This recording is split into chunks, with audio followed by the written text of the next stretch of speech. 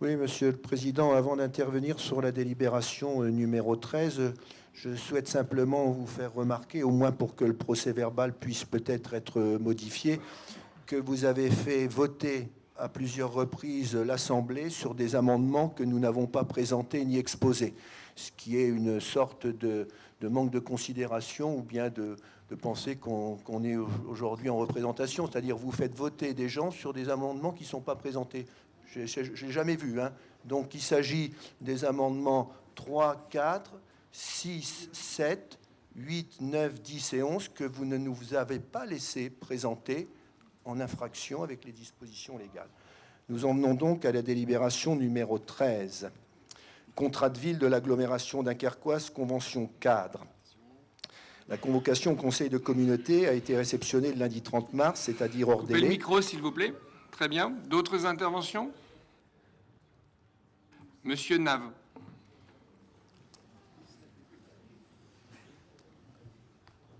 Sur la délibération 14, signature de l'avenant de la clôture à la convention pluriannuelle d'engagement, projet de rénovation urbaine du quartier de l'îlot des Peintres à Grande-Sainte.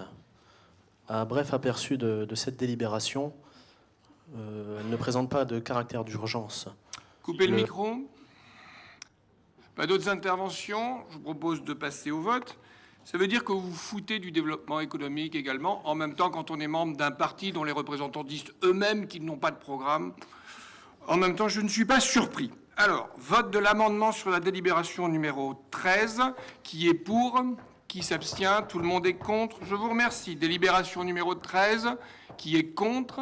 Qui s'abstient? Tout le monde est pour? Merci. Amendement sur la délibération numéro 14. Qui est pour? Qui s'abstient? Tout le monde est contre? Merci. Délibération numéro 14. Qui est contre? Qui s'abstient? Tout le monde est pour? Merci. Amendement sur la délibération numéro 15. Qui est pour? Abstention? Tout le monde est contre? Merci. Délibération numéro 15. Qui est contre? Qui s'abstient? Tout le monde est pour? Merci. Amendement sur la délibération numéro 16. Qui est pour? Qui s'abstient? Tout le monde est contre? Merci. Délibération numéro 16. Qui est contre? Qui s'abstient? Tout le monde est pour? Merci. Amendement sur la délibération numéro 17.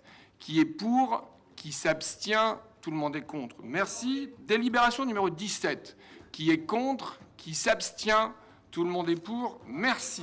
Amendement sur la délibération numéro 18. Qui est pour? Qui s'abstient? Tout le monde est contre? Merci. Délibération numéro 18. Qui est contre? Qui s'abstient? Tout le monde est pour? Merci. Amendement sur la délibération numéro 19. Non-participation, j'ai noté sur le 18. Amendement sur la délibération numéro 19. Qui est pour? Qui s'abstient? Tout le monde est contre? Merci. Délibération numéro 19. Qui est contre? Qui s'abstient? Tout le monde est pour? Merci. Non-participation pour la 19, j'ai noté. En urbanisme et action foncière, M. Westbecker, vous avez 2 délibérations. Monsieur le Président, je demande de prise de parole. Allez-y, M. Emery.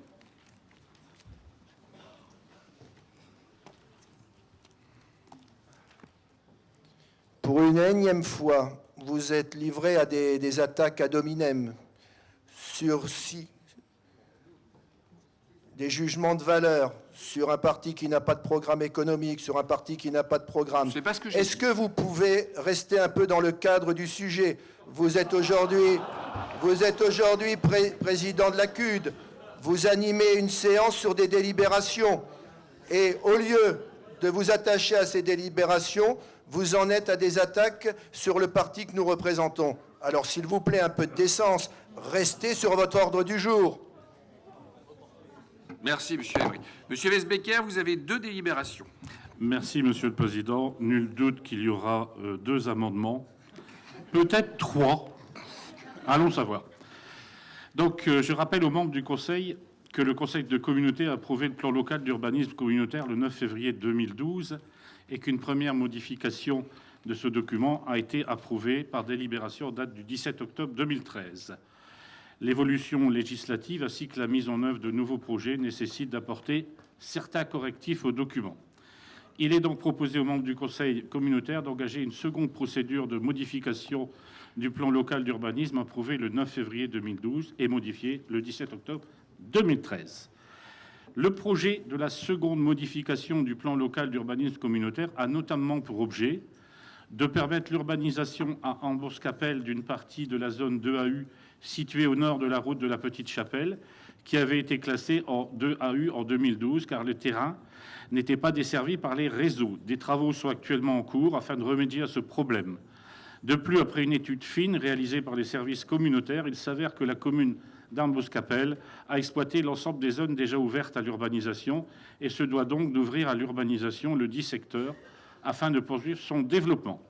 Il s'agit également dans cette délibération d'apporter, dans cette modification, d'apporter des ajustements au règlement écrit et graphique, d'apporter des modifications à certains emplacements réservés et emplacements réservés logements, d'intégrer de façon informative la dernière version du porté à connaissance des risques de submersion marine et de réaliser une étude visant à préserver et protéger le patrimoine bâti et non bâti de la ville de Brédune, étude qui pourra se traduire notamment par une orientation d'aménagement patrimoine. Alors, je passe les vues et nous demandons si le Conseil se décide à engager cette procédure de modification au plan local d'urbanisme communautaire. Je précise que l'ensemble des maires ont été vus dans cette démarche et nous ont apporté les précisions nécessaires à cette demande de modification qui sera suivie évidemment par une demande de révision qui est un programme beaucoup plus lourd et beaucoup plus profond.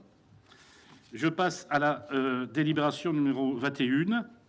Le programme pluriannuel d'intervention de l'établissement public foncier, appelé EPF, Nord-Pas-de-Calais, 2015-2019. Il y a lieu de considérer une passation de convention cadre fixant les modalités de mise en œuvre du partenariat et de son intervention sur le territoire de la communauté urbaine de Dunkerque.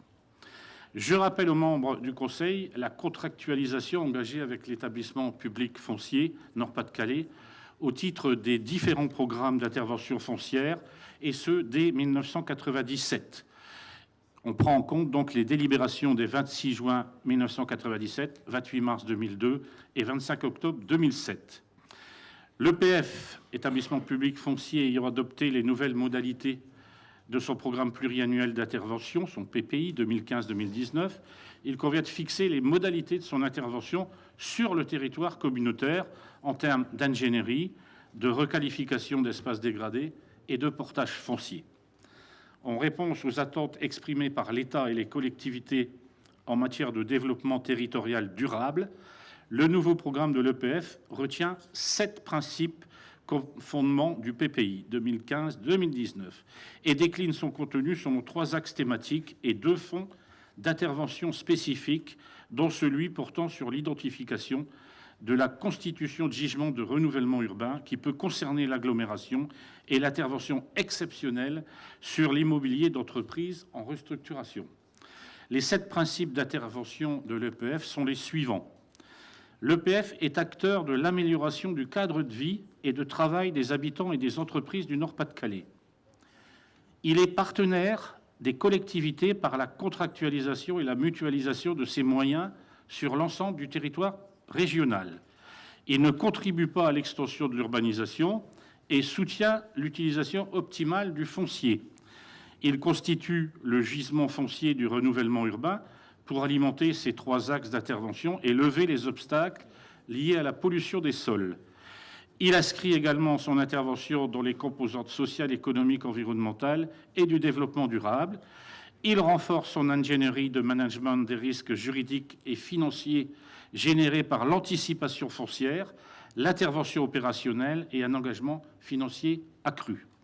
Et il mobilise pour l'exécution du PPI les compétences de son équipe autour des valeurs partagées du projet interne de l'entreprise.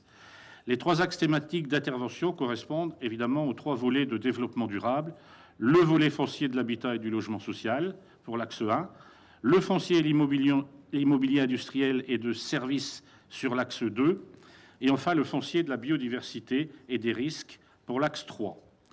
Des dispositions nouvelles sont prises pour faciliter la réalisation des projets des collectivités. Elles visent une meilleure fluidité de l'intervention de l'EPF et une sécurisation juridique et financière renforcée. Conformément aux principes évoqués et aux nouvelles modalités d'intervention, les nouvelles dispositions concernent donc principalement le développement du conseil expertise auprès des collectivités en amont de l'intervention opérationnelle pour la définition et le montage des projets, choix des montages et des opérateurs, en assurant la maîtrise d'ouvrage et le cofinancement des études, en aval pour garantir la reprise du foncier dans le délai du portage et ainsi la bonne fin de l'intervention de l'EPF. Deuxième point, la gestion des sites pour accélérer leur mise en sécurité et ainsi réduire les coûts de gestion, clôture, vidéosurveillance, etc. Les travaux de déconstruction et de suppression des sources de pollution concentrées sont engagés dès l'acquisition et financés à 100% par l'EPF.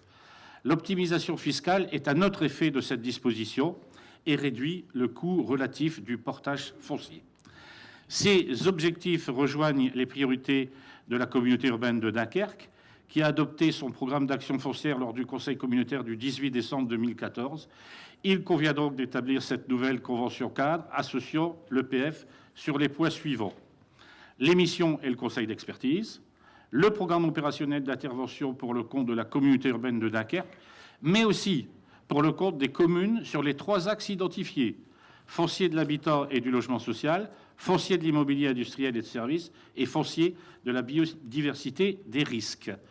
Les opérations menées pour le compte des communes, qui sont reconduites ou nouvelles, sont reprises, bien entendu, dans cette convention cadre. Toute nouvelle intervention de l'EPF sollicitée par les communes devra faire l'objet d'un avenant à la convention cadre, sachant que le coût financier lié à ces projets communaux ne sera pas supporté par la communauté urbaine. Il est également nécessaire de prévoir de déléguer à l'établissement public foncier les droits de préemption urbain dans les cas où il lui serait nécessaire de recourir. Voilà, Monsieur le Président, la délibération numéro 21. Merci, Monsieur Wesbecker. Des interventions? Monsieur Emery.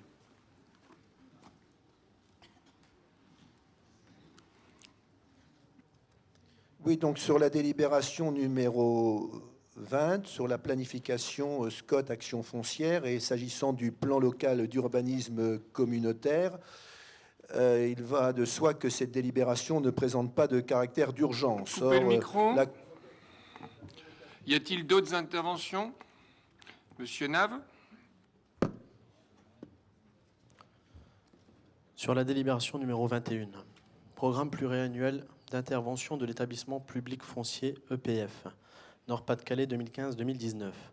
Passation d'une convention cadre fixant les modalités de mise en œuvre du partenariat et de son intervention sur le territoire de la communauté urbaine de Dunkerque. Alors donc nous avons bien lu et bien vu cette délibération, malgré le peu de temps que nous avons eu pour l'étudier, ce qui nous permet de dire qu'elle n'a pas un caractère d'urgence. Donc il faudrait bien joué, mais coupez le micro. Y a-t-il d'autres interventions? Oui, Monsieur le Président. Monsieur le Président. Vas-y. Oui, moi j'ai un 3e amendement à proposer, puisque je vous avais dit qu'il y en aurait 3. Je ne vais pas me lâcher.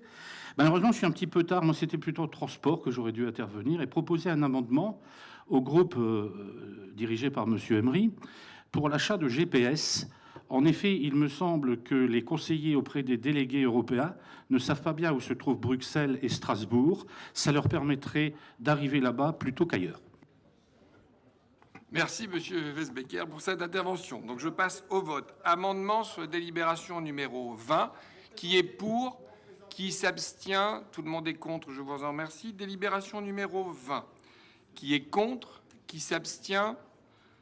Tout le monde est pour? Non-participation, c'est noté. Amendement sur la délibération numéro 21. Qui est pour? Qui s'abstient? Tout le monde est contre. Délibération numéro 21. Qui est contre? Qui s'abstient? Tout le monde est pour? Non-participation, c'est noté. Je vous remercie. Monsieur Darcourt, vous avez une délibération, la délibération numéro 22.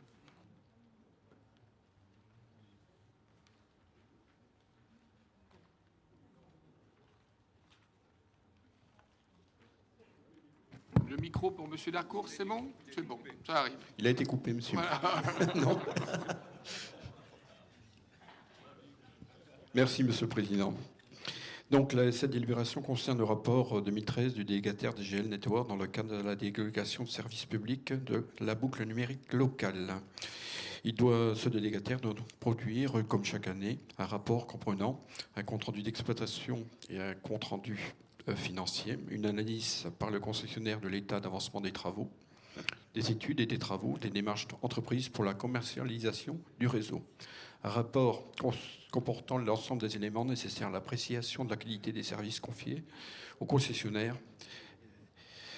Donc, le rapport du délégataire portant sur l'année 2013 fait apparaître les éléments suivants sur l'exploitation du réseau et la qualité du service rendu. Les conclusions du rapport sont conformes à l'attendu. Sur le plan commercial, les résultats commerciaux sont très encourageants.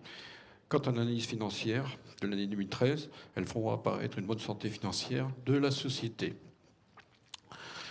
Vu l'avis de la Commission consultative des services publics locaux, vu l'avis de la Commission développement équilibré du territoire, ces deux commissions ont délivré un avis favorable. Il est donc proposé de prendre acte du rapport 2013 de la boucle numérique du délégataire pour Dunkerque Grand Littoral. Merci, Monsieur le Président. Merci, Monsieur Darcourt.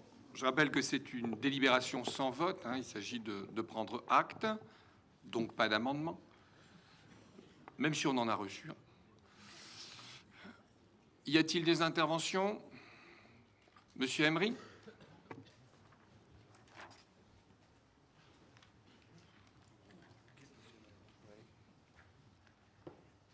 Monsieur le Président, puisque dans un jeu de rôle bien réglé tour à tour, chacun des vice-présidents y va de sa petite pique sur nous et qu'à chaque fois vous ne donnez pas la parole, je voudrais simplement rappeler au précédent intervenant que le groupe, c'est le groupe Défi Bleu Marine, que les considérations qui viennent d'être faites sont tout à fait hors sujet, qu'il faudrait se méfier puisqu'aucune procédure n'a été engagée et que vous savez bien que vous êtes à la limite de propos diffamatoires à notre égard ou à l'égard plus généralement du mouvement national.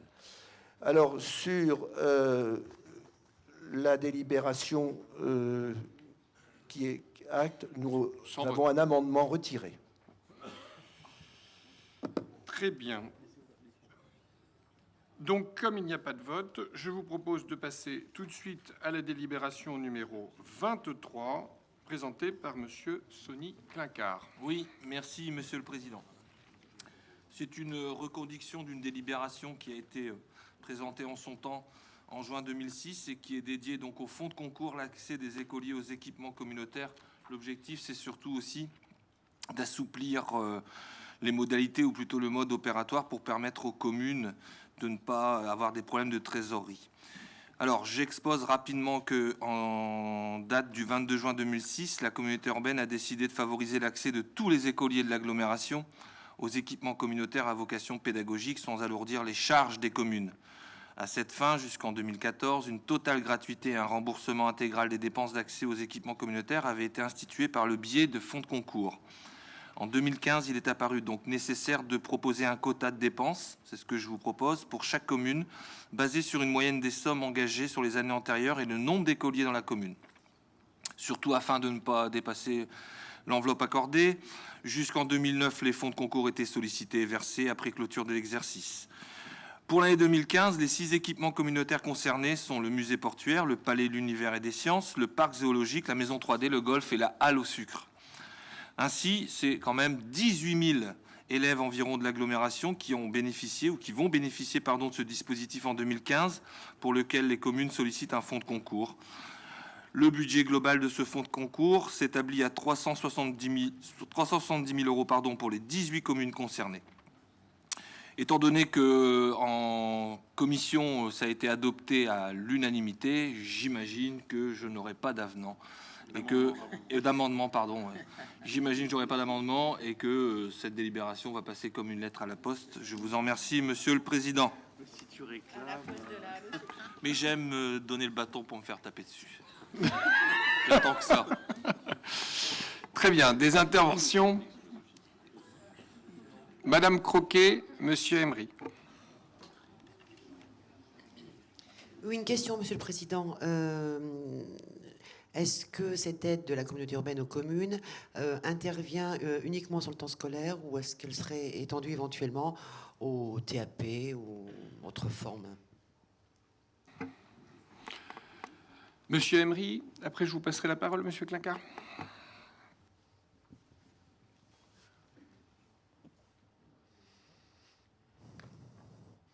Oui, il s'agit d'une délibération récurrente et qui, à l'évidence, ne présente pas de caractère d'urgence. C'est la raison pour laquelle, étant donné la réception... Coupez le micro. Merci. Monsieur Clincard, je vous donne la parole pour la réponse à Madame Croquet. Les enfants et les écoles apprécieront. Comptez sur moi pour leur faire savoir. Oui, juste par rapport au TAP, nous avons donc organisé une conférence des adjoints à la culture et à l'enseignement, ou plutôt à l'enseignement plus précisément en son temps, et c'est vrai que c'est quelque chose qui a été remonté.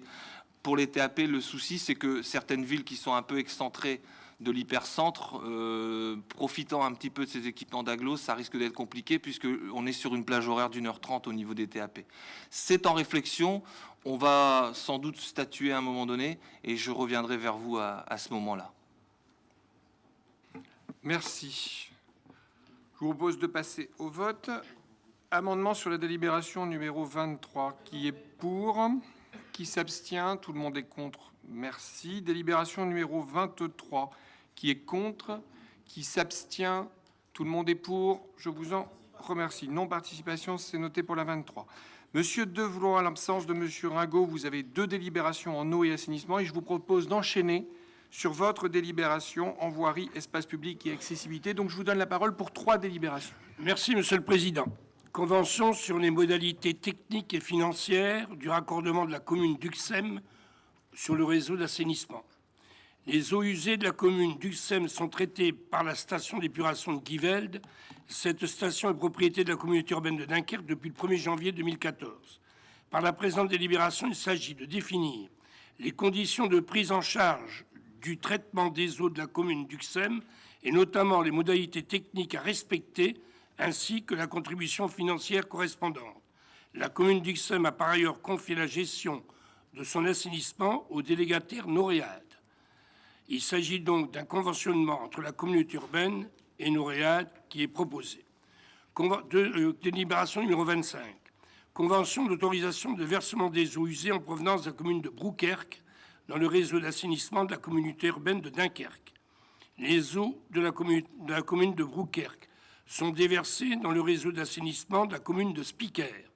Depuis décembre dernier, la station d'épuration de Spiker a été mise à l'arrêt et l'ensemble des eaux usées de ce secteur est renvoyé sur la station d'épuration de Grande-Synthe afin d'y être traité. Par ailleurs, la compétence assainissement du territoire de la commune de Brouckherk a été confiée à la communauté de communes des Hauts-de-Flandre. Il s'agit donc, de la même manière que précédemment, de définir des conditions techniques et financières dans lesquelles la CCHF est autorisée à déverser les eaux usées dans le réseau d'assainissement de Spiker. J'enchaîne. Délibération numéro 26, voirie, abaissée de bordure, tarification, recouvrement de la redevance. Au titre de la compétence en voirie, la communauté urbaine de Dunkerque a intégré dans son patrimoine routier un certain nombre de voies dont la gestion et la conservation lui incombent aujourd'hui. Dès lors qu'un privé réalise en bordure de l'une de ces voies une construction qui nécessite un accès véhicule, la communauté urbaine de Dunkerque, en tant que gestionnaire du domaine public communautaire concerné, est sollicitée pour la réalisation d'abaissés de bordure. S'agissant d'une prestation pour le compte d'une personne privée, elle n'est pas fondée à prendre en sa charge cette adaptation des aménagements de voirie. Toutefois, cela suppose pour un particulier de faire appel à une entreprise privée avec un coût à la prestation unitaire bien souvent plus élevé qu'en régie, d'assurer la coordination avec le service communautaire en charge de la voirie pour obtenir les autorisations préalables. Les réaménagements de surface sur l'emprise privée non liés à un projet de construction ne pourront justifier un abaissé lui impliquerait la suppression d'une place de stationnement public. Le montant de la redevance sera forfaitaire et s'élèvera à 1 200 €, toutes taxes comprises, valeur 2015. Elle exclut cependant les éventuels frais de déplacement, de réseau et de l'émergence. Voilà, Monsieur le Président. Merci, Monsieur Deblois. Des interventions? Monsieur Nave?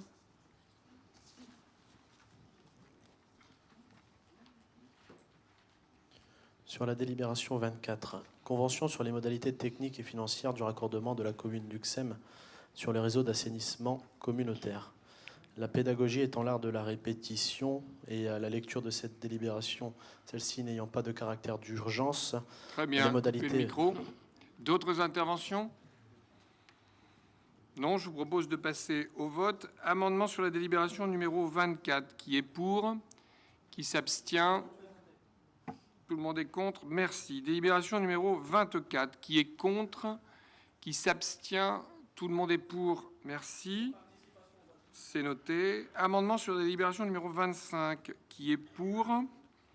Qui s'abstient? Délibération numéro 25. Qui est contre? Qui s'abstient? Tout le monde est pour? Très bien. Délibération numéro 26. Amendement. Qui est pour? Qui s'abstient? Tout le monde est contre? Merci. Délibération numéro 26. Qui est contre? Qui s'abstient? Tout le monde est pour? Je vous en remercie. Non-participation. Madame Verlinde, en habitat, vous avez 3 délibérations. Merci, Monsieur le Président. La première concerne la réhabilitation du parc privé existant par un plan d'accompagnement et d'incitation à la réhabilitation des copropriétés. Il s'avère que les copropriétés sont une thématique relativement émergente pour les pouvoirs publics et que lors de l'adoption de son PLH en 2013, la communauté urbaine de Dunkerque a marqué sa volonté de contribuer aux équilibres sociaux et urbains de l'agglomération en poursuivant la réhabilitation du parc privé ancien. Il s'agit désormais d'impulser une dynamique globale et d'apporter une réponse à l'ensemble du territoire.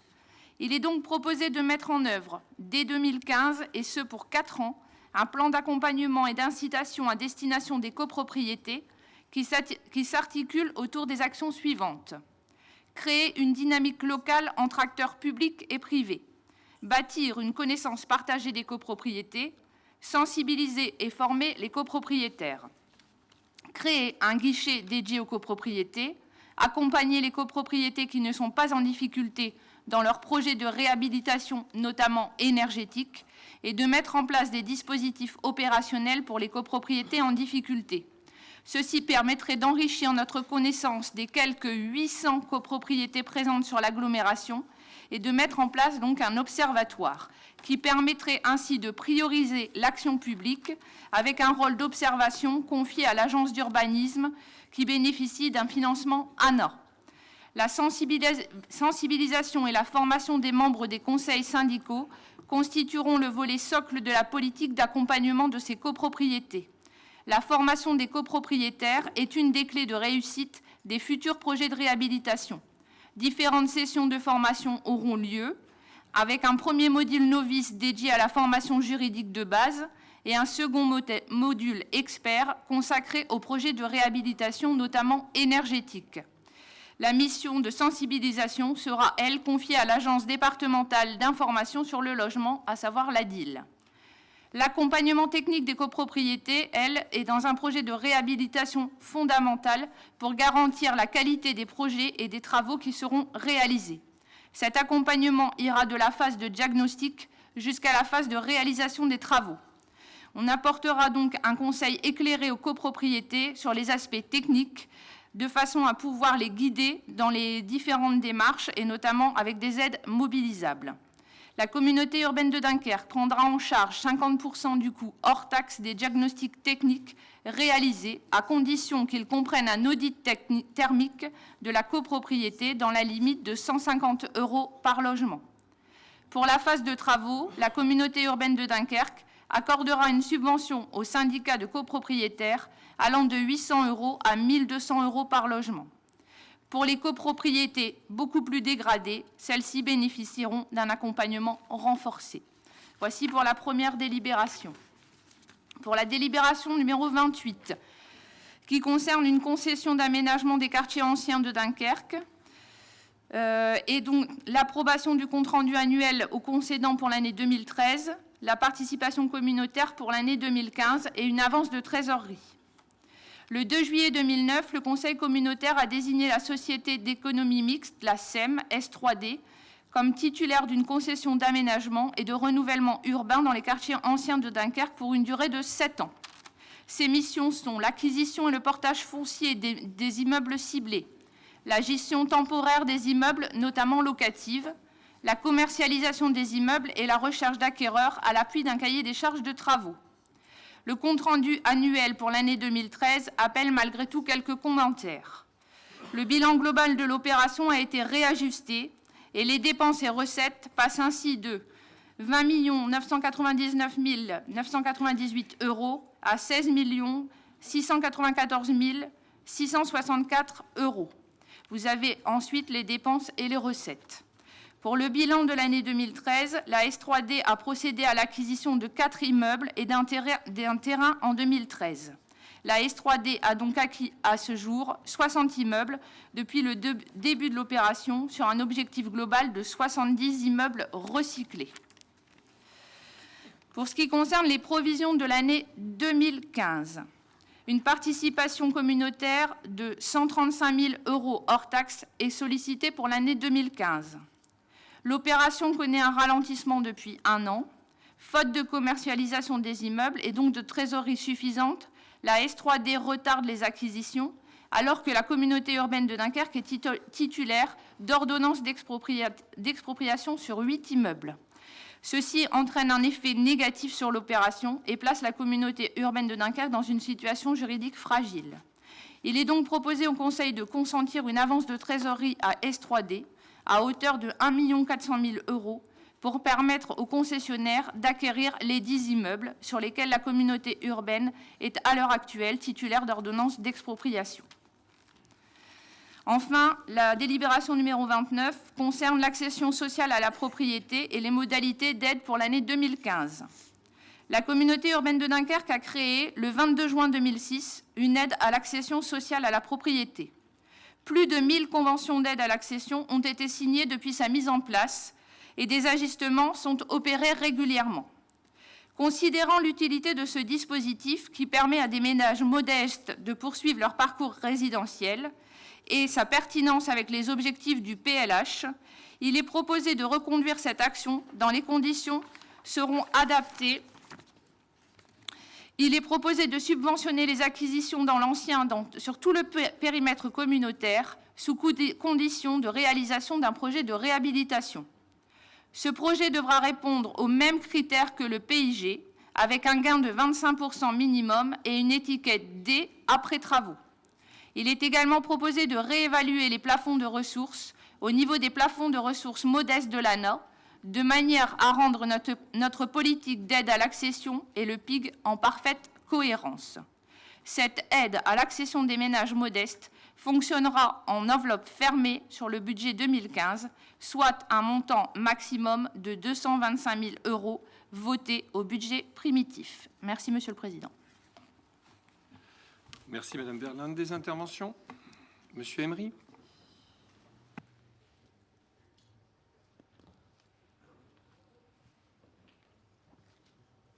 Oui, Monsieur le Président.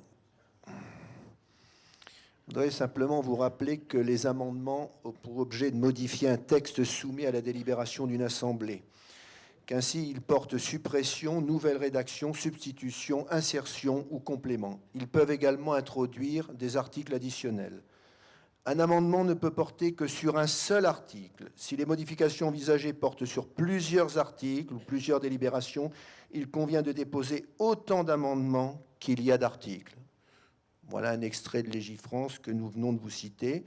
C'est la raison pour laquelle nous vous redemandons, conformément aux dispositions légales, qu'à chaque délibération, nous puissions présenter l'amendement et le motiver sommairement. Vous y gagneriez, vous, en vous conformant aux lois de la République. Donc, sur la délibération 27, Habitat, l'objet politique de l'habitat et du logement, réhabilitation du parc privé existant, plan d'accompagnement et d'incitation à la réhabilitation des copropriétés. Bref aperçu de cette délibération, celle-ci ne présente pas de caractère d'urgence. La Coupez le convocation... micro, s'il vous plaît. Merci. D'autres interventions? Vous foutez de l'habitat aussi. Hein. Monsieur Nave, une intervention, Monsieur Nave? Absolument pas. Je dis juste que vous vous foutez de l'habitat, ce qui est une réalité. Aucune réflexion de fond. Monsieur Nave, vous avez la parole. Monsieur Nave, vous avez la parole. Le on s'en fout. C'est régulier apparemment. Oui, vous voyez, c'est vous qui le dites. Non, c'est tiré de vos propos. On vous cite. Sur la délibération numéro 28, concession d'aménagement des quartiers anciens de Dunkerque, approbation du compte rendu annuel au concédant pour l'année 2013. La participation communautaire pour l'année 2015 est une avance de trésorerie. Conformément à la loi, je vais présenter l'amendement qui a été déposé au service. Très bien, coupez le micro, s'il vous plaît. Y a-t-il d'autres interventions? Monsieur le Président? Non? Oui, Madame Berlinde, allez-y. Il me semble que l'ensemble des délibérations de ce Conseil ont par ailleurs été présentées et discutées lors des commissions. Il s'avère que lors de la commission que je préside aux côtés de M. Westbecker, vice-président à l'urbanisme, aucun membre du groupe Défi Bleu Marine n'était présent. J'estime cependant qu'ils ont eu largement le temps de les étudier, et ce bien avant la réception de l'ordre du jour de ce présent Conseil. Or, aucune question de fond ne semble avoir été posée. Mais peut-être avait-il autre chose de plus important que de représenter leurs électeurs. Aucune question de fond. Aucune remarque de fond. Très bien. On passe au vote. Amendement sur la délibération numéro 27. Qui est pour? Qui s'abstient? Tout le monde est contre? Je vous en remercie. Délibération numéro 27. Qui est contre? Qui s'abstient? Tout le monde est pour? C'est noté. Amendement sur la délibération numéro 28. Même vote que l'amendement 27. On est d'accord. Délibération numéro 28. Qui est contre? Qui s'abstient? Tout le monde est pour? Je vous en remercie. C'est noté. Amendement 29. Même vote que l'amendement 27. Très bien. Délibération numéro 29. Qui est contre? Qui s'abstient? Tout le monde est pour. Je vous en remercie. C'est noté. En l'absence de M. Dersin, M. Frémont, vous avez 3 délibérations, dont une, la 31, où il n'y a pas de vote. Je tiens à le préciser avant. Donc 30, 31 et 32. Je vous remercie, Monsieur le Président. J'ai d'autant plus de plaisir à présenter ces délibérations pour M. Dersin que nous faisons un travail formidable sur ces sujets de tourisme dont vous savez qu'ils m'intéressent également. Voilà. Alors, la première délibération, numéro 30, que je vais vous présenter, concerne le contrat de rayonnement touristique Dunkerque-Flandre-Côte d'Opale. Ce contrat de rayonnement, qui est coordonné par la communauté urbaine de Dunkerque, s'articule autour de 4 pôles, qui sont la création contemporaine, le sport et les loisirs de nature, la plaisance et le balnéaire, et la mémoire et le patrimoine. 2 axes également traversent ces différents programmes qui sont l'accompagnement de la filière tourisme d'affaires, dont il convient de rappeler que c'est une filière qui génère un chiffre d'affaires très intéressant sur notre territoire, et le soutien à la promotion touristique, qui est une affaire qui concerne l'ensemble des acteurs qui travaillent sur le tourisme sur notre territoire, qui tirent profit également de ces actions convergentes. Ce contrat se décline sur un plan d'action annuel qui vous est présenté dans les délibérations. J'en retiendrai une en particulier, une action qui me tient particulièrement à cœur, cette année de commémoration du 75e anniversaire de l'opération Dynamo et du 75e anniversaire et 70e anniversaire de la libération de Dunkerque, puisqu'il s'agit de la mise en tourisme de l'offre autour de la mémoire des conflits contemporains. Alors c'est une action qui est soutenue particulièrement par la communauté urbaine de Dunkerque. Le tourisme de mémoire est un tourisme qui se développe de façon extrêmement importante sur notre territoire. Il fait venir beaucoup de personnes étrangères et de la région, et nous ne pouvons que nous en féliciter. Alors c'est une très belle chose. Il y a également la filière tourisme d'affaires sur laquelle nous travaillons de façon assez importante et sur laquelle de belles perspectives s'offrent à nous. Je vais directement aux propositions. Donc, il est proposé au Conseil, au vu de l'avis de la Commission développement et attractivité du territoire, d'approuver le plan d'action 2015 du contrat de rayonnement touristique Dunkerque-Flandre-Côte-de-Pâle, de solliciter dans cette perspective les subventions liées au dossier porté par la communauté urbaine de Dunkerque et d'autoriser Monsieur le Président et son représentant à effectuer toutes les opérations concourant à la mise en œuvre de ce programme. Délibération numéro 31. Il s'agit du rapport annuel d'exploitation de l'Escale. Donc l'hébergement l'Escale est géré par la FEJ dans le cadre d'une DSP depuis 2011. La mise en œuvre de cette DSP prévoit que le délégataire produise à la fois ses comptes et une analyse de la qualité de service mise en œuvre. Les services ont obtenu le rapport de gestion de l'exercice 2013 qui fait apparaître un certain nombre de données dont il convient de retenir deux choses. Tout d'abord, le fait que malgré une fréquentation en hausse de plus 11,5%, le résultat de l'exploitation demeure négatif à moins 124 367 €, et que de surcroît, un certain nombre d'opérations ont été mises en œuvre par la FEJ au titre de l'exploitation de l'Escale pour la validation de la qualité du service. Dans ces conditions, vu l'avis de la commission consultative des services publics locaux et vu l'avis de la commission de développement et attractivité du territoire, il est proposé au Conseil de prendre acte du rapport d'activité 2013. Enfin, délibération numéro 32, golf public de Dunkerque Grand Littoral. Il s'agit de la tarification 2015. En application de l'article 25 du contrat signé avec le délégataire Blue Green pour la société Formule Golf du groupe SOR.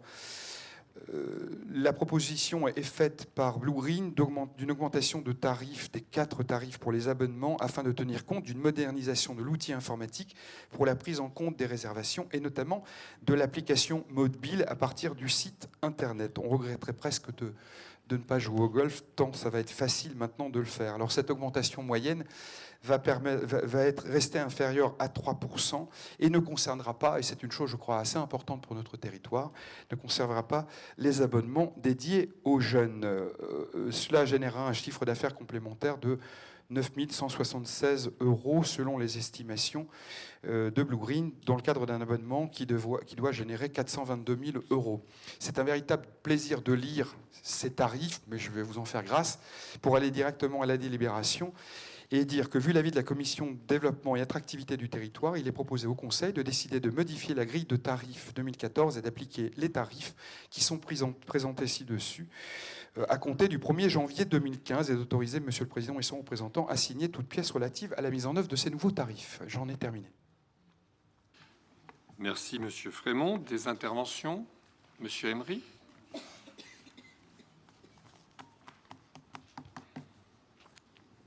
Oui, donc je pense que c'est après M. Carême, M. Clinquart, M. Weisbacher, et puis ça a été au tour de Mme Verlinde d'y aller de sa petite saillie. Alors, je crois qu'il faudrait vous apprendre, Madame, la fable de la poutre et de la paille. Quand on voit le nombre de vice-présidents absents, quand on voit l'absentéisme record de cette Assemblée ce soir, je crois que là, vous avez perdu une occasion.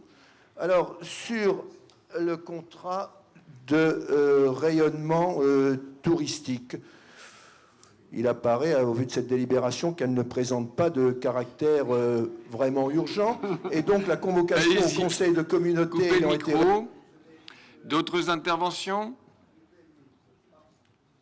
Pas d'autres interventions. Je vous propose de passer au vote. Non, vous avez une intervention sur la 32 ?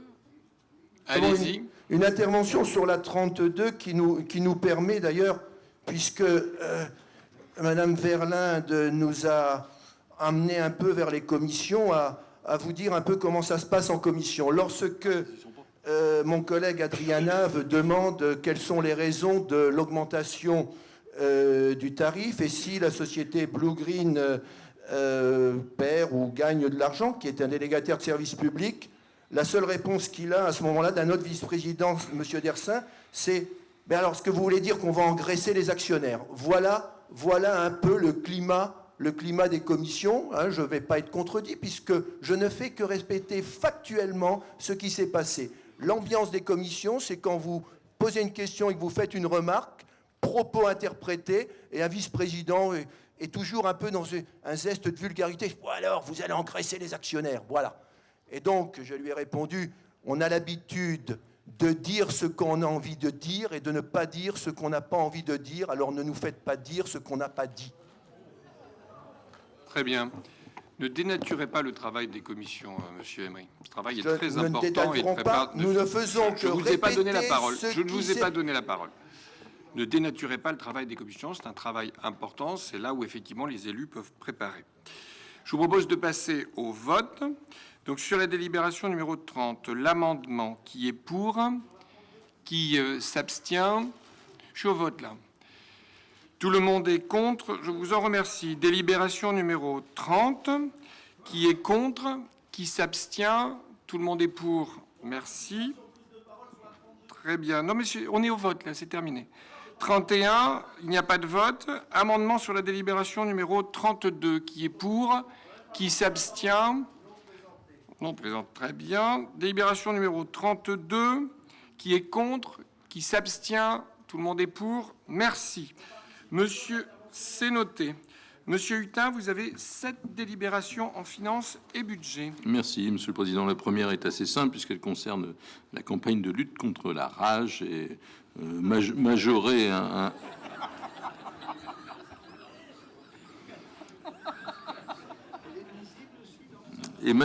test sanguin à 4 €, le juste prix, le juste coût, c'est ce que nous avons décidé. La deuxième est extrêmement sérieuse également. Elle va nous permettre d'octroyer des prêts à la communauté urbaine dans des conditions avantageuses auprès de l'agence France Locale à laquelle nous avons adhéré lors de notre conseil de libération de communauté urbaine du 19 décembre dernier. C'est pour nous une nouvelle source de financement. Alors, il nous faut garantir un certain nombre de choses et nous avons un apport en capital qui nous sera remboursé, que nous faisons 3 fois à hauteur de 1,6 million. Une nouvelle possibilité pour la communauté urbaine de se financer assez facilement et dans des conditions qui sont assez exceptionnelles. La troisième, le fonds de concours pour la réhabilitation du nouveau restaurant scolaire de Guyvelde, qui accueillera près de 200 élèves. Le coût total est de 1 644 507 €. Et le fonds de concours de la communauté urbaine est de 548 599 €. La suivante concerne l'attribution de dotation de la solidarité pour 2015, sur laquelle j'étais beaucoup intervenu la dernière fois. Ce respecte les engagements que nous avons pris lors du précédent conseil communautaire, à savoir un effort complémentaire de la communauté urbaine de 800 000 €, un transfert de 2 300 000 € de la part dotation garantie vers la part solidarité, la part dotation intercommunalité étant stabilisée, et des dotations exceptionnelles, ce qui est une première en France pour les communes en réelle situation de difficulté budgétaire. Nous y travaillons en ce moment en particulier. Ce seront la dotation de solidarité globale est de 44 695 558 €. C'est pour dire la solidarité qui existe dans notre communauté urbaine. Il est également proposé à la commune de Guyvelde une dotation de garantie. Elle a été pour compenser ces pertes de ressources qu'elle subit du fait de son intégration à la communauté urbaine, qui seront intégralement remboursées. Nous reversons dans le cadre de cette solidarité l'ensemble de la taxe d'électricité à toutes les communes. Je ne vais pas revenir sur ce que j'avais expliqué la dernière fois. L'ensemble des communes de la communauté urbaine vont rendre la taxe d'électricité. Nous allons voter un taux qui sera un peu supérieur puisque le taux est de 7,90. La loi nous oblige à ce que ce taux ne soit pas décimal. Voilà. Et donc ce sera 8%. Et l'ensemble donc des communes se verront reverser la totalité des sommes perçues légitimement et légalement au départ par la CUL. C'est une volonté communautaire de solidarité. Vous avez également un tableau d'attribution des subventions, en particulier celle de la GUR, dont j'avais parlé lors du dernier conseil communautaire en réponse à une question de Monsieur Emery. Les décisions modificatives reprennent à peu près l'ensemble de tout ce que je viens de vous dire, à savoir la DSC, la TFCE électricité, quelques ajustements sur la dette, 60 000 € de subvention habitat, 70 000 € pour la mémoire électrique du FRAC. Je ne sais pas ce que c'est que la mémoire électrique du FRAC, mais ça doit être assez moderne, contemporain. Réduction des dépenses diverses pour 58 000 €.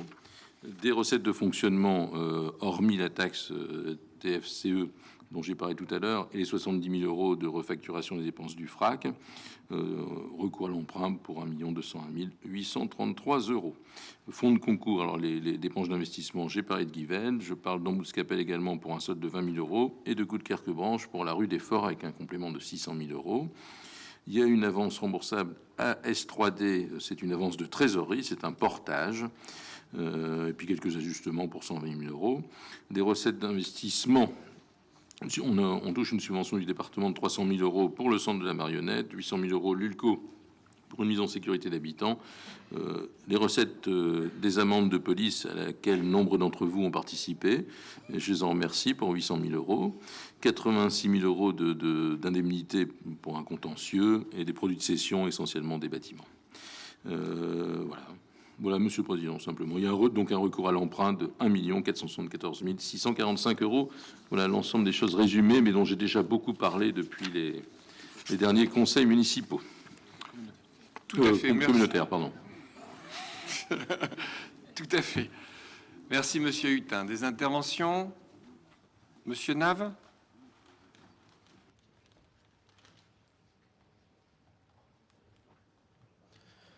Oui, ce que je n'ai pas pu dire sur la 32, c'est que l'augmentation des tarifs 2015 pour le golf ne présente pas de caractère d'urgence. Il est donc... Très bien, coupez le micro.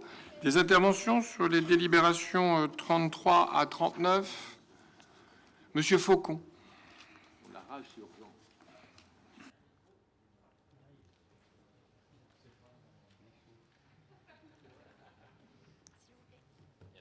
Merci. Monsieur le Président, chers collègues, je m'exprime ce soir au nom des élus gravinois. Il s'agit d'entériner pour 2015 le montant de la dotation de solidarité communautaire pour chacune de nos communes. Pour Gravelines, l'effort de solidarité est conséquent puisque cette dotation de solidarité sera en baisse de 5%, passant de 5 860 774 euros à 5 593 025 euros, soit une diminution de 267 749 euros. Celle-ci s'inscrit par ailleurs dans un contexte de baisse de nos dotations et de péréquation renforcée qui impacte notre ville à hauteur d'1,5 million d'euros chaque année, dès 2015 jusqu'en 2017 inclus, soit à l'horizon 2017 un montant cumulé de baisse de nos recettes de près de 4,5 millions, soit environ 10% de nos recettes. Certes, notre niveau de revenu est élevé, mais les recettes sont affectées à des dépenses de fonctionnement et d'investissement pour maintenir en état notre patrimoine dont le rayonnement dépasse très souvent le cadre communal. Je pense par exemple à Sportica, qui doit être rénové, au port de Plaisance, dont les coûts sont supportés intégralement par le budget communal, ce qui n'est pas le cas pour le port de Plaisance de Dunkerque, qui est financé par le syndicat mixte Dunkerque-Neptune, lui-même subventionné par la CUD. À noter, lors du journal télévisé de 20h hier soir sur Antenne 2, que la ville de Gravelines était citée comme étant une des villes qui verrait les dotations de l'État très fortement en diminution, bien que cette ville soit sur son territoire la plus grande centrale nucléaire d'Europe. Donc, bien sûr, nous votons cette année cette délibération, mais dans le contexte actuel, il nous sera difficile d'aller plus loin, sauf si des équipements structurants précités, comme Sportica, viennent à être reconnus d'intérêt communautaire. Je vous remercie de votre attention. D'autres interventions? Non. Monsieur Emery?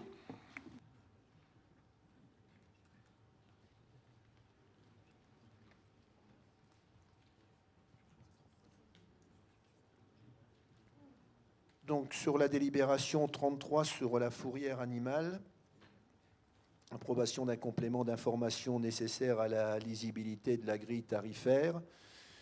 Nous avons constaté, mais je pense que ça l'a été pour tous, que cette délibération ne présente pas de caractère d'urgence. Très bien, on arrête là.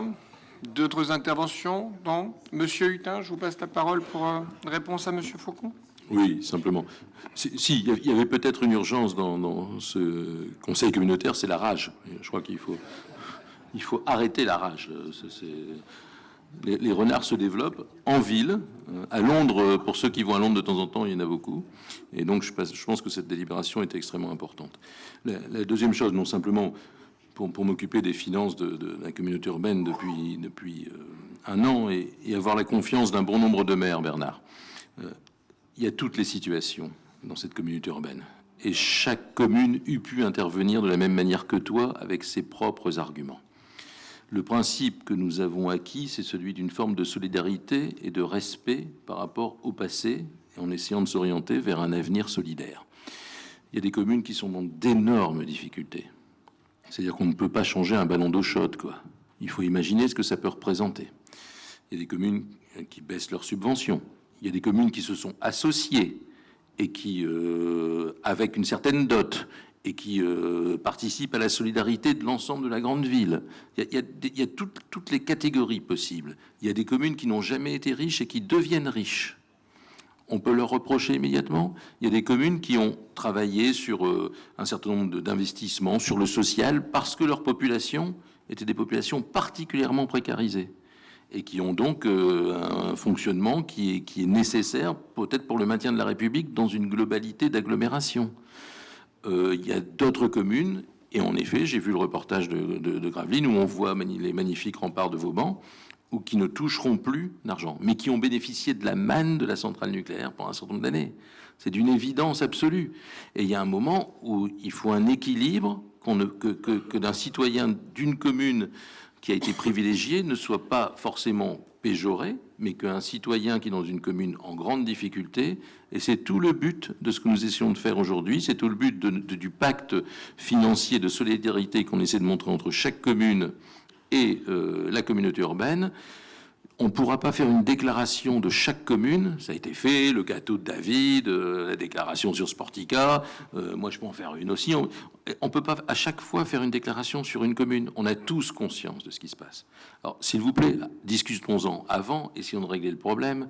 La situation est comme ça. Et malheureusement, je pense que la baisse des dotations de l'État, l'année dernière, c'était déjà dramatique. L'année prochaine, ça va encore être pire.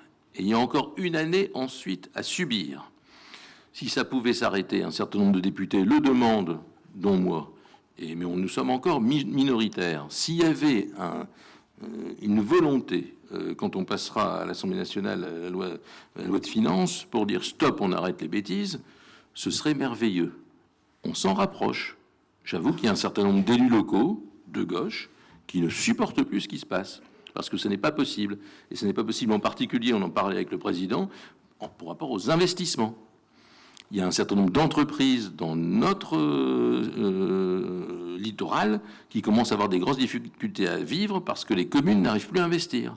Heureusement qu'il y a encore la communauté urbaine. Heureusement qu'il y a encore la communauté urbaine. Et il faut maintenir notre niveau d'investissement en communauté urbaine, autrement ça va être une catastrophe. Voilà. Donc je pense que si à chaque conseil communautaire, on a un maire qui dit « Qu'est-ce qu'il pourrait dire Léon, quoi ?» Léon, ici, peut parler pendant 3 heures. Il peut. Et il a le droit. Là. Mais nous, non, on arrête, quoi. Le gâteau, c'était bien une fois. Voilà, arrêtons-nous. Voilà. Maintenant, tout le monde a conscience de ce que ça peut être d'un effort d'un autre. Mais je pense qu'il faut qu'on soit solidaire, qu'on règle les problèmes avant et qu'on essaie de le faire le plus simplement possible. C'est pas un avis personnel, c'est l'avis du vice-président chargé des finances et c'est l'avis d'un élu national qui lutte contre la baisse des dotations. Voilà. Et c'est l'avis du président de la communauté urbaine. J'ajouterais juste 2 choses à ce qu'a dit Christian Hutin. La première, c'est qu'il faut qu'on réussisse à se mobiliser tous ensemble. Et Christian l'a fait à plusieurs reprises à l'Assemblée nationale et j'ai essayé aussi de le faire en tant que président de la CUD, mais je pense que chaque élu de la communauté urbaine doit le faire pour arrêter cette pénalisation des bassins industriels. Aujourd'hui, avec l'accroissement du FPIC, qu'on trouve comme un remède à la baisse des dotations de l'État, on pénalise les bassins industriels. Or, ces territoires aujourd'hui, comme le nôtre, sont davantage confrontés à un certain nombre d'enjeux, comme la transition énergétique, comme des problématiques de transformation industrielle. Et il est anormal, au titre de la solidarité nationale, que ces bassins industriels continuent à être autant pénalisés. Donc je pense qu'il faut qu'on se batte tous les élus ici présents, pour essayer de faire évoluer cette pénalisation des bassins industriels. La deuxième chose que je veux rappeler, c'est que dans le schéma qui a été proposé par Christian Hutin, quand il a présenté l'évolution des dotations à la communauté urbaine, c'est quand on fait la somme de l'évolution de la DSC et du bénéfice de la TCFE, aucune commune n'a perdu en matière de dotation communautaire. Et ça, je pense que c'est très important de le rappeler. La communauté urbaine n'a pas diminué globalement ses dotations à la moindre commune.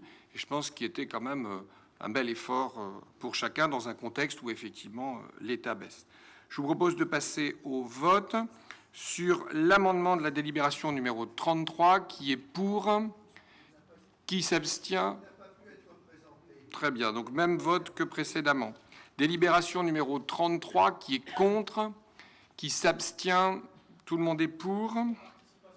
C'est noté. Amendement 34, même vote, même remarque.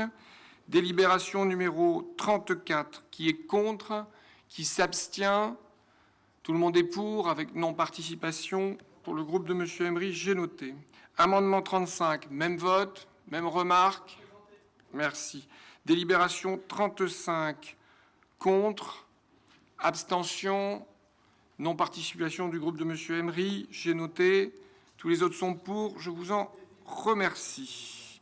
Amendement 36, même vote que précédemment pour tout le monde, même remarque, merci. Délibération 36, qui est contre, qui s'abstient, tout le monde est pour, non-participation, c'est noté. Amendement 37, même vote que précédemment, même remarque, c'est noté. Délibération 37, qui est contre, qui s'abstient, non-participation, Monsieur Nave, c'est noté. Amendement 38, même vote que précédemment pour tout le monde, même remarque, merci. Délibération 38, qui est contre. Sur laquelle délibération, Monsieur Emery? Sur la délibération numéro 39, et je suis à 38, là. Donc je vous donnerai la parole sur la 39. Amendement sur la 38, même vote pour tout le monde, même remarque, merci. Donc délibération 38, qui est contre, qui s'abstient, non-participation, je note. C'est noté. Monsieur Emery, je vous donne la parole sur la délibération 39 avant de passer au vote. Oui, concernant la délibération 39, qui est la décision modificative numéro 1, j'ai eu l'occasion de rappeler en début de séance que l'envoi de la convocation avait été fait avec un CD et non pas avec un exemplaire papier. Qu'il a fallu que nous le demandions, ce qui est réglementaire, ce qui est conforme aux dispositions légales, pour que les coursiers de la communauté urbaine nous le délivrent chez moi hier en fin d'après-midi et aujourd'hui dans la journée pour mes deux collègues. Je suis persuadé que le parlementaire qui est monsieur le vice-président aux finances sera sensible à cet aspect des choses, puisqu'il y a à l'évidence un formalisme à respecter et un droit à l'information des élus. Sur le sujet lui-même, on vous a entendu parler de la pénalisation des bassins industriels, mais la première pénalisation de ces bassins, c'est la désindustrialisation, la délocalisation, la mondialisation et le fait qu'un certain nombre de travailleurs détachés viennent ici impacter l'emploi local. Voilà la première pénalisation. Alors, au lieu que d'aller poser une cautère sur une jambe de bois en demandant qu'un certain nombre de dispositions soient prises pour que nos territoires industriels ne souffrent pas. Et nous en sommes tout à fait d'accord. Il faut bien regarder le fond des choses et l'origine première de cette pénalisation des bassins industriels. Donc, sur cette délibération numéro 39, décision modificative numéro 1, étant donné que le dossier qui nous a été envoyé ne nous permettait pas de l'étudier, étant donné qu'à bref aperçu de cette délibération, rien ne s'oppose à ce qu'elle soit adoptée à une séance ultérieure sans nuire au bon fonctionnement de la communauté. Bien. On s'arrête là. On s'arrête là. Très bien. Donc je passe au vote. Je signale que vous avez demandé la version papier effectivement le 1er avril à 14h22 et que les services vous l'ont fourni à 17h23. Mais, Monsieur Emery, laissez-moi terminer. Monsieur Emery, nous avons bien enregistré votre demande de support papier. Je le regrette à titre personnel parce que je pense que le moment est venu de faire des efforts par rapport au papier, ne serait-ce que pour la question environnementale. Je regrette votre décision, comme je l'ai dit à d'autres élus. J'espère qu'un jour, vous arriverez au support numérique qui nous permet de préserver l'environnement. L'amendement numéro 39, même vote, même remarque. Délibération numéro 39, qui est contre, qui s'abstient. Tous les autres sont pour. C'est noté. Nous arrivons en administration générale où nous avons encore 3 délibérations. La délibération numéro 40 qui concerne l'aménagement des délégations de pouvoir au bureau et au président. Dans un souci pratique, il vous est proposé que le président puisse être signataire de décisions qui relèvent de la gestion courante de la communauté urbaine en matière d'action foncière et pour lesquelles une délibération du bureau n'apparaît pas nécessaire. Ces décisions couvrent précisément les approbations et acquisitions de servitudes, les actes relatifs à l'indemnisation des locataires dans la limite du prix fixé par les domaines, les conventions de superposition d'affectation du domaine public et les actes d'abandon de mitoyenneté. Vous le voyez, il ne s'agit pas d'actions fondamentales de la communauté urbaine qui vont beaucoup déshabiller le bureau. Et en plus, ces actions resteront transparentes à travers la liste des décisions. Y a-t-il des interventions ? Non. Vous voulez la parole, monsieur? Non, l'amendement ne sera pas présenté, hein, mais vous voulez la parole? Je vous passe la parole.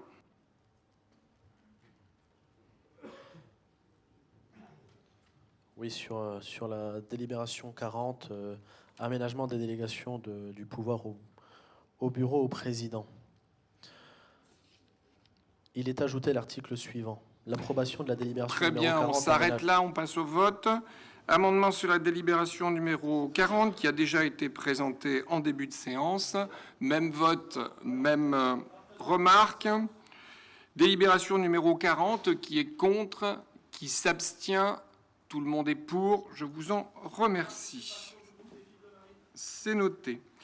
Délibération 41, la modification des statuts du syndicat mixte Dunkerque-Neptune. Le syndicat mixte Dunkerque-Neptune a été créé en 1987 à la suite de la disparition de l'activité de la construction navale et avait initialement pour mission la coordination des études et des travaux pour la transformation du site Neptune devenu vacant. Il regroupe la ville de Dunkerque, la communauté urbaine et le grand port maritime. Les statuts ont été modifiés en 2008 pour actualiser les compétences du syndicat dans le cadre du développement des ports de plaisance, orientés en fait vers la plaisance, sur les zones déterminées avec le grand port maritime de Dunkerque afin d'y développer, réaliser, exploiter les équipements de plaisance. Par délibération du 19 décembre 2014, le syndicat mixte Dunkerque-Neptune a décidé d'actualiser les statuts et notamment la représentativité des élus au sein du comité syndical en tenant compte de la part de financement et des compétences de ces 3 partenaires. Les principales modifications soumises concernent les articles suivants. L'article 1, une actualisation de référence législative. L'article 3, une modification du siège social au syndicat mixte déplacé à la CUD. L'article 5, un petit peu comme l'article 1, une modification de référence législative. L'article 6, une modification de la répartition de la représentativité des partenaires. L'article 8, modification des modalités de l'élection des membres du bureau. L'article, je donnais un exemple de mémoire, je pense que le maire de Dunkerque était président de droit, je ne vois pas trop l'intérêt de ce genre de choses. L'article 10, modification de la durée du mandat des membres du bureau et modification de la composition du bureau, comprenant le président, le premier vice-président et un représentant supplémentaire par membre du SMDN. Enfin, l'article 12, l'actualisation aussi là de références législatives. Les modifications de ces statuts ne portent pas sur les règles de répartition des contributions des partenaires au budget du syndicat mixte.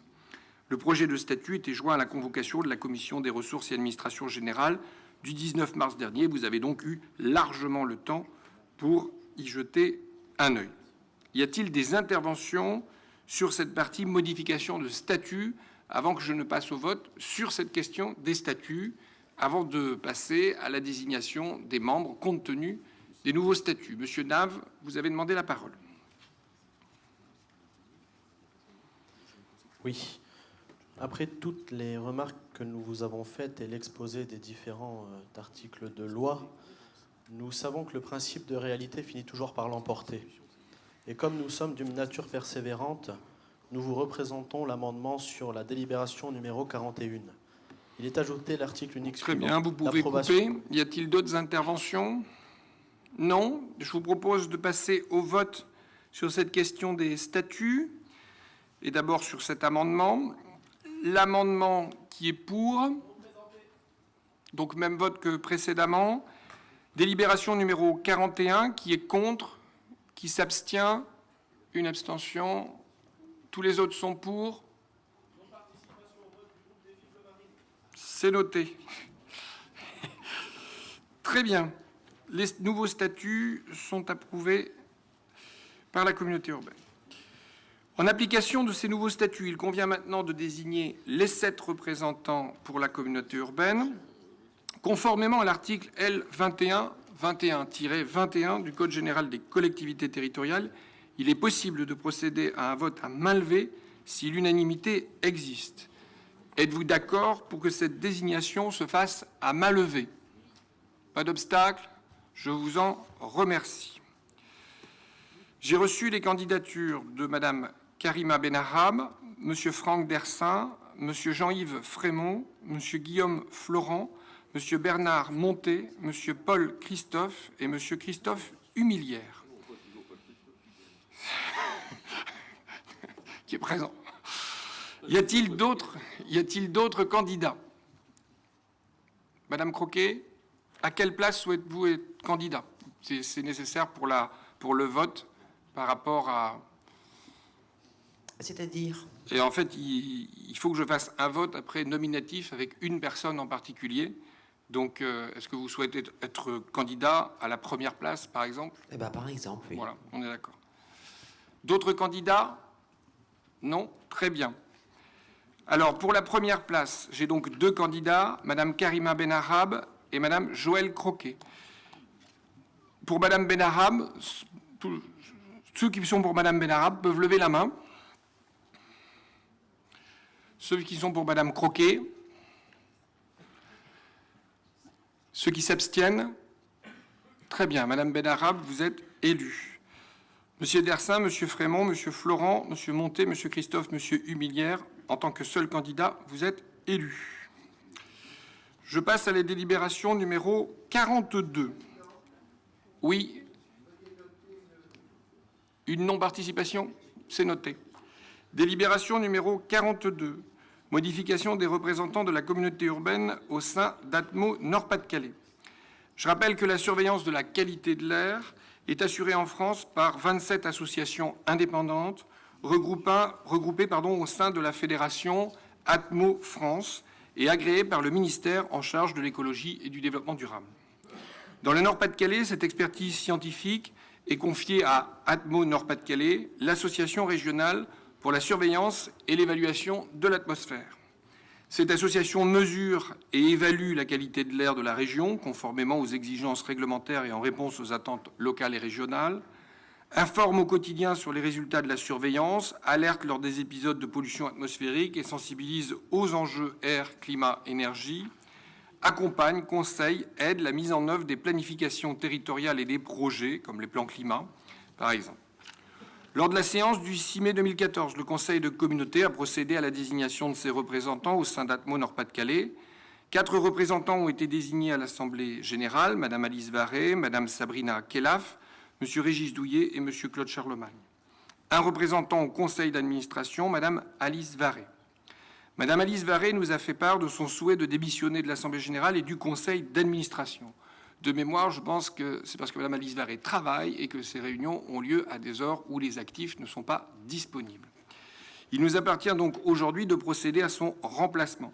Conformément à l'article L2121-21 du Code général des collectivités territoriales, il est possible de procéder à un vote à main levée si l'unanimité existe. Y a-t-il quelqu'un qui s'oppose à un vote à main levée?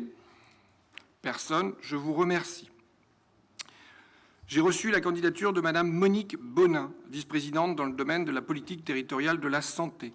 Y a-t-il d'autres candidats? Madame Croquet, c'est noté. Pas d'autres candidats? Je vous remercie. Donc je vous propose un vote entre Madame Bonin et Madame Croquet. Qui vote pour Madame Bonin? Merci. Qui vote pour Madame Croquet? Merci. Qui s'abstient? Madame Bonin, vous êtes élue en lieu et place de Madame... Je cherche Madame Bonin. Voilà, elle est au bout. En lieu et place de Madame Varret. Vous avez reçu la liste des décisions prises en application de l'article L. 5211-10 du Code général des collectivités territoriales. Conformément au dispositif juridique, les explications que vous pourrez solliciter sur ces décisions vous seront apportées par écrit. Avez-vous des observations à formuler? Monsieur Emery, je vous passe la parole.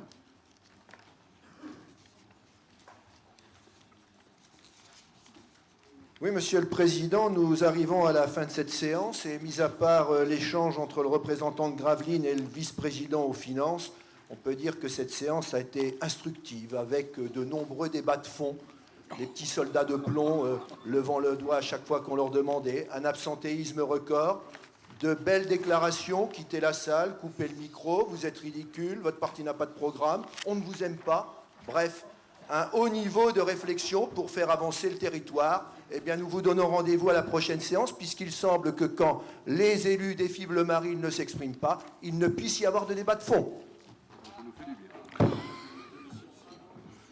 C'est étonnant, des élus qui se permettent de juger comme ça des séances et des élus. C'est très, très étonnant. Alors, s'il n'y a pas d'autres remarques sur les décisions et avant de lever la séance, Damien Carême me dit de vous rappeler le colloque « Prévenir le bruit en milieu urbain » les 15 et 16 avril à la communauté urbaine. Donc voilà, je pense que pour tous ceux qui s'intéressent aux politiques du bruit, c'est effectivement un colloque très intéressant. Et sur ce, je lève la séance et vous souhaite une très bonne soirée.